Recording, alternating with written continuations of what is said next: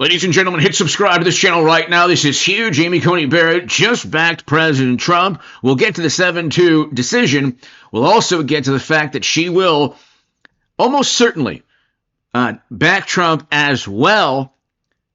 In addition to Justice Thomas, Justice Alito, and the other conservatives, and even Roberts will back Trump, ending nationwide injunctions or severely limiting federal judges, over 600 in 90 different regions of the country, from trying to implement nationwide injunctions. This will be another huge victory for President Trump. But hit subscribe. This is huge. You can share this with everyone who thinks that Amy Coney Barrett doesn't back Trump. That is false. You heard it here, maybe first. That is not accurate. Amy Coney Barrett is actually the fourth most conservative justice, according to her Martin Quinn score on Ballotpedia. You can look right here, and we'll get to the Supreme Court victory in a second. But Amy Coney Barrett is backing President Trump more often than John Roberts and than even Brett Kavanaugh. So she has a more conservative score than even Brett Kavanaugh, Justice Kavanaugh. Hit subscribe to this channel right now. This is huge. There was a recent victory the other day, 7-2. Even Elena Kagan backed President Trump. Even Elena Kagan backed President Trump. Liberal Justice Elena Kagan backed President Trump. I'll do a video on that in a couple of hours. But you have Amy Coney Barrett consistently defending President Trump. You only get a couple of times here and there where she doesn't, and it's a big deal. People make a big deal out of it. But I'm telling you, ladies and gentlemen, she continually backs President Trump. In this victory right here, again, God bless all the people who came into this country and wanting a better life. God bless the people who are doing it the right way and going through a long, arduous process, a legal process that requires fingerprints and biometrics and a background check and a whole bunch of things that every country needs to protect their state and respect their borders. But God bless also the undocumented individuals from around the world, from Venezuela, from El Salvador, from Mexico, from the Middle East. God bless you. God bless these people.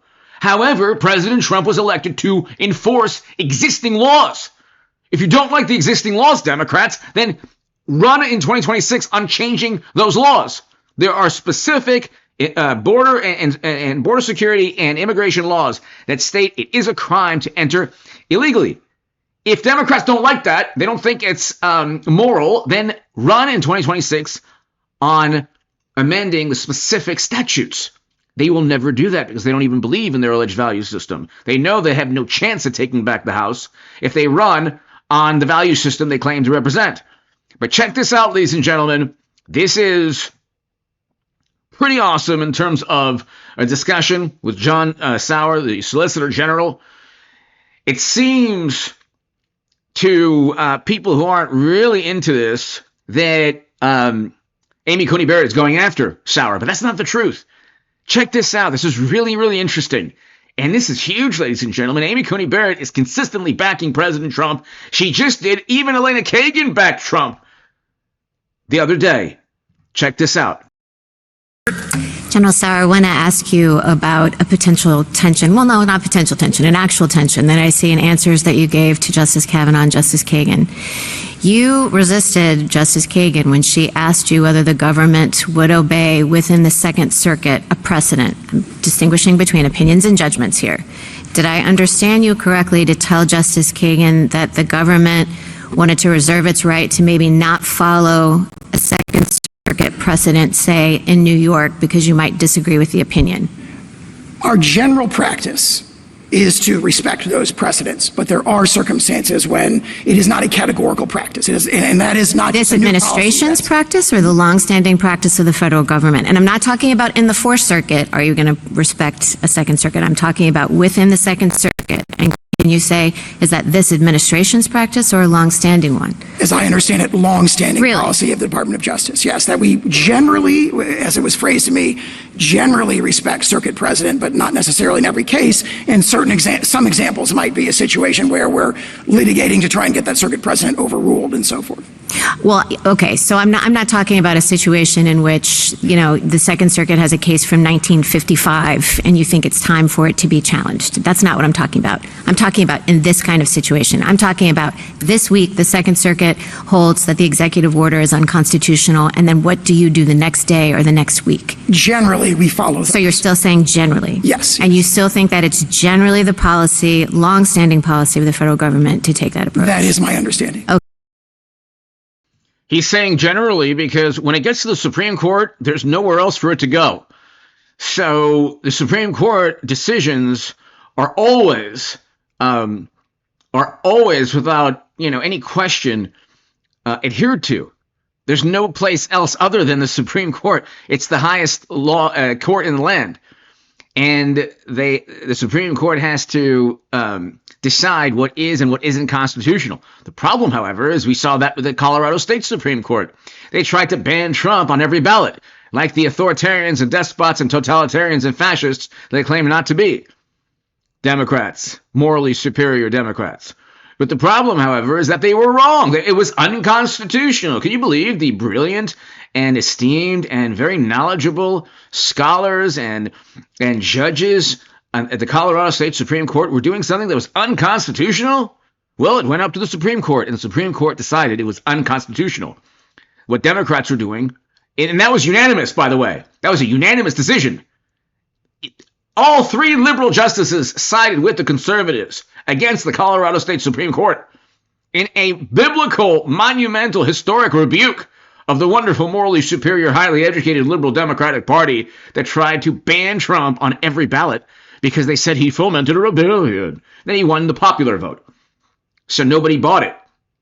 But the point is, what Solicitor General Sauer is saying is that, look, you know what? The government has a longstanding practice of trying to adhere to these nationwide injunctions, or these lower court decisions.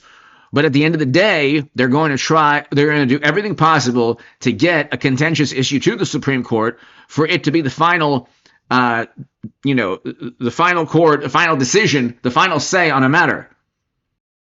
Okay, but it sounds to me like you accept a Cooper versus Aaron kind of situation for the Supreme Court, but not for, say, the Second Circuit.